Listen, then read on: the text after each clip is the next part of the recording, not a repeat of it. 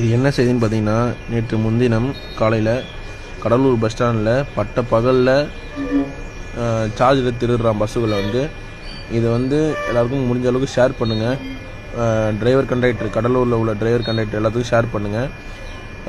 இது என்ன சொல்கிறது, பஸ்ஸில் கேமரா இருந்தும் பட்ட பகலில் கொள்ளை அடிச்சுட்டு போகிறான் சார்ஜரை, கண்டக்டரோட சார்ஜரை கொள்ளை அடிச்சுட்டு போகிறான். இதை வந்து முடிஞ்ச அளவுக்கு எல்லாம் ஷேர் பண்ணுங்கள். இந்த பையனை யாரும் கண்டுபிடிங்க. முடிஞ்ச அளவுக்கு இந்த திருட்டு நாயை எங்கே இருந்தாலும் கண்டுபிடிச்சி உதைங்க. நீங்கள் மட்டும் உதைங்க. உங்கள் சார்ஜர் மட்டும் திருடல, பஸ்ஸில் எல்லா பொருளையும் திருடுவான். பார்த்துக்கோங்க. இந்த திருட்டு கபோதியே விடாதீங்க. பஸ் ஸ்டாண்டில், கடலூர் பஸ் ஸ்டாண்டில் பார்க்க சின்ன பையன் மாதிரி தான் இருக்கிறான், காலேஜ் படிக்கிற மாதிரி தான் இருக்கிறான். ஆனால் திருட்டு கபோதி.